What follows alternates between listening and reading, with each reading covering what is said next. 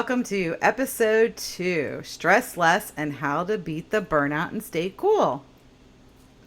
Hi, I'm Dr. Angel, and welcome to my channel. I have a PhD in psychology, and I have a private mental health practice. I talk about all things mental health from a practical, strengths-based, and, well, a little nerdy perspective.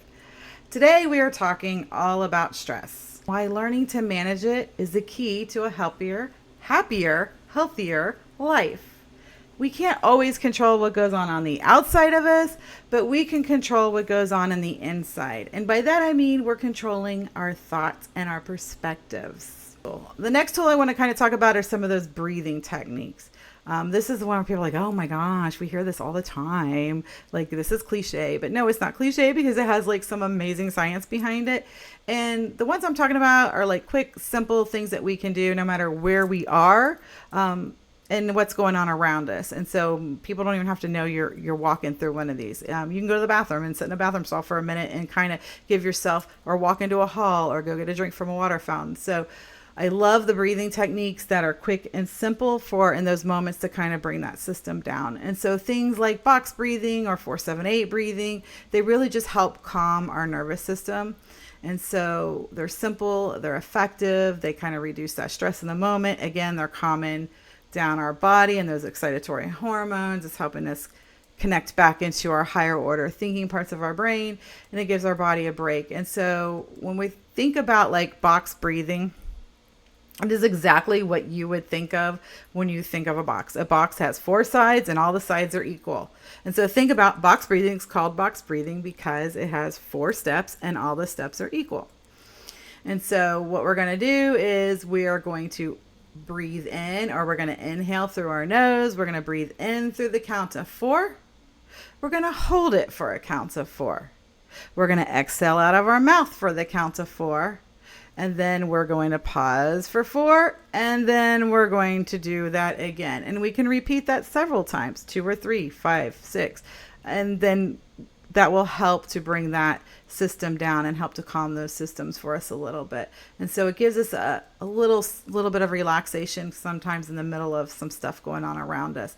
And I can tell you, I've used this one in some of the all over the place, and people will they don't even know you're using it most of the time. I just kind of disconnect for even a minute and just kind of just walk myself through it in my mind, and then I come back and I feel like, okay, I have a different perspective, or I've had a little break and now I can manage what's happening in front of me. And so give it a try. It's a great way to calm down. 4-7-8 breathing, it might be a little more difficult to remember. Those are like numbers that we probably don't usually use in a row, but very much so. We're going to breathe in through the nose for the count of 4. We're going to hold it for a count of 7, and then we're going to exhale completely for the count of 8 with a swoosh sound at the end. So we're kind of swooshing out some of that stress energy, that stressor part. We're like getting it out, and it's kind of helping to relax that body and help us manage what's happening around us for stress and anxiety. So the key to breathing exercises is this. It's kind of like learning to do anything that you want to do more automatic. So you have to practice. You have to practice regularly. You have to practice when you don't need it. We have to practice. And the great space and place to start the practice is right before bed. The box breathing right before bed calms down that brain a little bit, and we are ready to kind of get into that sleeping state. So it's a great way to kind of wind down. It helps with sleep, but also it's helping you to practice. Shower time can be a great time. Car time can be a great time. So finding those spaces, it's a minute. It doesn't have to be that long, so that you can practice and use it, because the more you make that body memory and brain memory for using these techniques, the more they're going to be there when the chaos comes in, and you'll be able to kind of get yourself through it. So remember that breath work is the cheapest vacation you can ever take. No baggage fees, just peace of mind. And so we want you to experience that peace of mind. The next tool we're going to talk about is the stress playlist. We want you to build a playlist with songs that make you feel relaxed or energized or strong, whatever's happening in your world. And honestly, I have several of these personally. Like, I have the relaxing ones when I just feel so overstimulated and I just need to bring it down some. I have the ones that when I'm feeling like the world's caving in and I need to find my inner strength that strengthen me, and like having several of those. Music has a way of working and speaking to our body and our emotions in a way that other things may not be able to speak to us. And so it's a very powerful tool.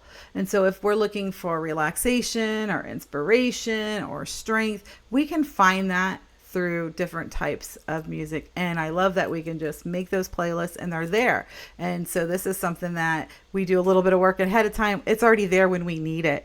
And I love that. And so create several different ones of those playlists. Use songs that speak to you. Use artists that you love, sounds that you love. This is all about what works for you. Remember, this is your unique box of tools. And so when the words fail, music speaks, and music is really important.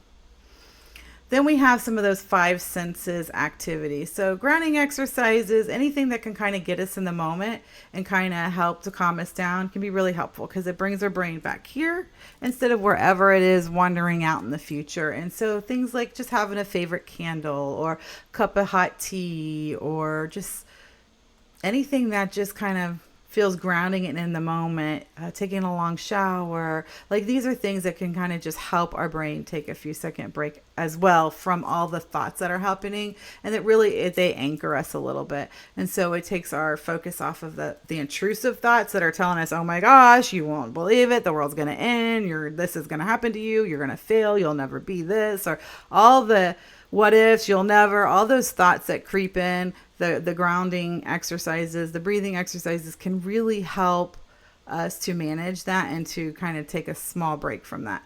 And so the key is to kind of get your body in this moment and calm itself down and enjoy something.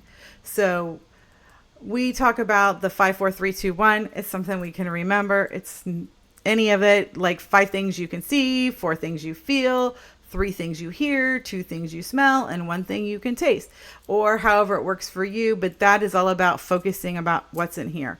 Another one we will do is look around the room or wherever you are and find everything blue or everything red, because now you're bringing your brain to here and now, and it has a task and it's giving it a little bit of break. So that can help ground your body a little bit too. Because when we're feeling stress, our mind is everywhere really, but this present moment most of the time. And so we want to give it that break and bring it back down here. So by regularly practicing grounding exercises, you strengthen the pathways in your brain that help you relax, that help you feel calm, that make managing stress easier for you, that help you manage the feelings of anxiety and the symptoms of anxiety. And these techniques really activate our body and create a sense of safety. It counteracts that fight and flight and freeze response in our brain and induces a relaxation response for us, which is what's really important. So there's a tip. Sometimes the fastest way to calm the mind is to wake up the senses. And so if it's going for a walk in nature, if it's finding those things that are just comforting to you. For me, one of the things, I just love the smell of the holidays. So like sometimes I just love that smell of like cinnamon and clove and ginger, and such a soothing smell for me. And so that I might put some of those essential oils in one of my things. And so finding what works for you. Not all stress is bad. And we talked about there's several types of stress, the acute stress and the chronic stress. Well, there's also something called a eustress. And stress can actually work for you instead of feeling like it's working against you. So eustress is a positive stress. It is a stress that's kind of motivating us. It's a stress that can help us meet a challenge, help us grow in an area. Not all storms in this world come to disrupt our life. Some come to clear a path for us. And so a lot of times these types of stressors are really about reframing our mindset a lot on stress. And we want to shift the thinking from seeing stress as an enemy to kind of seeing stress as a source, that we can harness this source. And we're going to really be covering the brain science of stress in detail in the next few weeks. However, stress releases excitatory hormones. It gives us this source of energy. And the superpower is we get to decide, what do we do with that source of energy? So this is where our perspective and our tools come in most. The more effective the toolbox we build and use regularly to manage the symptoms of the stress, the more we're able to kind of harness the energy that comes from the stress and reach our goals or do things we might not have thought possible for ourselves. And so the next time you're feeling that buzz of anxiety, ask yourself, can I use this fuel? Can I use this energy for something else instead of fear? And so this is where we take that mindset of growth in place. This is that shift of perspective that's really important. Under pressure, mild stress can actually boost our performance. So like we're dealing with a deadline and push us to work more effectively, or having a new experience, it can help us build resilience. It can help us pay more attention to what we're doing and focus stronger, or study more, or practice and be more prepared for what's in front of us. And so stress can absolutely work for you. It can help clear stuff that maybe you have been giving attention to that isn't as important to us. It can help us reprioritize things in our space. It can help us re-energize where we're going and what we're doing. Diamonds are made under pressure.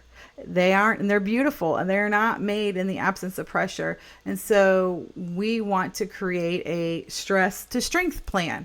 And so identify areas where you can channel the stressful energy into positive outlets. And this can be things like exercise or creative projects or problem solving tasks. It could be all kinds of stuff. This is another one of those lists that can be a lot of different things. And so I want us to kind of just start dancing with the idea of taking stress as all negative to stress can actually be something that can become our superpower. Because like it or not, you're going to have stress. We live in a world of stress. Our world is fast. We have lots of things happening to us at the same time. And we're going to have to learn how to manage that stress. We can't avoid that stress. And if we keep avoiding the things that make us feel stressed, we're going to have nothing at the end. We're going to avoid ourselves into a dark, empty closet because we cannot avoid the feeling of anxiety and stress. What we can do is manage it, harness it, and find it to be our superpower when we need it. And so that all lies in our power, our control, our perspective. And that's what we're here to teach you to do on this show. So I know this has been kind of a long one. So recap, recognizing the stress signs, look for those subtle signs of stress. If you have questions, go talk to a licensed doctor in your area, because this is a great conversation to start having.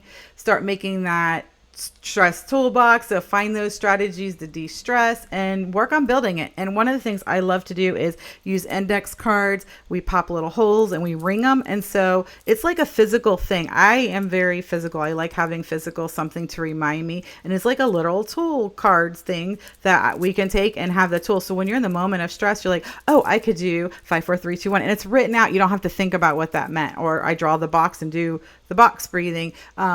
So I don't have to think about it when my brain is already overwhelmed with so much other stimulus happening around me. And so that we're talking about a toolbox. I like the physical toolbox. We've used the reusable ice cubes that you can put in a little pretty jar, and on each one of them write another stress tool for yourself. Like, you could be as creative as you want with this. In fact, I would love to hear some of your creative ways of building a stress toolbox. And remember, you own it. So if something doesn't work now, you can put it back and pull something else. And that's why we want a large stress toolbox, because different stressors or different times or different things, different strategies may work. So you can't just have 1 or 2 strategies and think you're going to be able to manage it effectively. We have to have a whole host of strategies. It'd be like trying to build a whole house with a hammer and a saw. Well, yeah, they're great tools, a hammer and a saw, and you need them to build a house. But you couldn't build the whole house with just the hammer and just the saw. You need all kinds of other tools to do that. And this is the same thing for our stress management. So you're building the toolbox. We're going to make that, the better you make your toolbox, the more tools you have, the more you'll help you to manage the stressors as they come up. And so we're really needing to reframe that stress as potential strength instead of it's happening at me and oh my gosh, and taking that press down. What can I pull from this and how can I grow from this? Because stress is always gives us opportunities for growth. And so I want you to be encouraged in this, and remember, stress doesn't have to be an enemy. With the right tool, a new perspective, you can make stress work for you instead of against you. So I want you to share in the comments ways you've turned stress into something positive in your life, and some of the ways you might think to be creative in creating your own stress toolbox. That's going to be a wrap for today's episode. If you found this content helpful or enjoyable, please like and subscribe. Hit the bell so you'll be notified when new episodes drop. Join us next week as we open the discussion up to surviving difficult family during the holidays. Stay curious, be kind, keep your mind nerdy, and see you next time on Nerdy Psychology.